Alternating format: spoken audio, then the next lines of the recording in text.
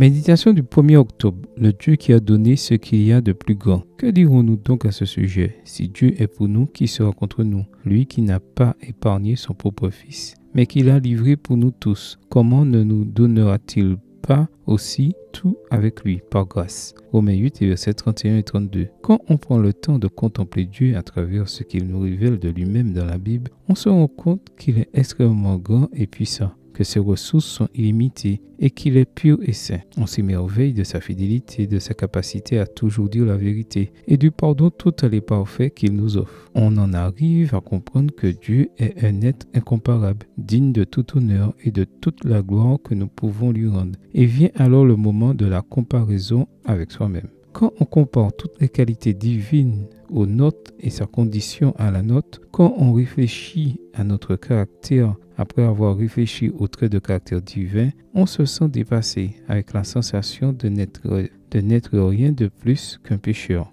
un infidèle, un menteur, un égoïste et un ingrat. Il est impossible de se vanter et de se sentir grand lorsqu'on considère le contraste entre notre caractère et celui de Dieu. Et cela est tellement vrai que nous en arrivons parfois à penser: suis-je réellement important pour un être si glorieux et unique? Est-il vrai qu'il est disposé à avoir une amitié avec moi et à rester à mes côtés pour toujours? Pourrais-je croire qu'il met réellement toutes ses ressources à ma disposition? Si de telles questions vous assaillent parfois, n'oubliez pas que le calvaire a été un lieu réel où Jésus, le Fils de Dieu, a donné sa vie pour vous. Cet acte d'amour et de grâce, ce sacrifice rempli d'abnégation, a eu le consentement et l'entière participation du Père. Si Dieu a donné son Fils pour vous, ne peut-il pas vous donner tout le reste? Y a-t-il pour le Père quelque chose de plus grand que la vie de son Fils? Vous savez que la réponse est non. Vous savez aussi que cela signifie qu'il vous a déjà donné ce qu'il y avait de plus grand. Bannissez donc pour toujours le doute, la crainte et le manque de gratitude. Oui, notre Dieu est grand,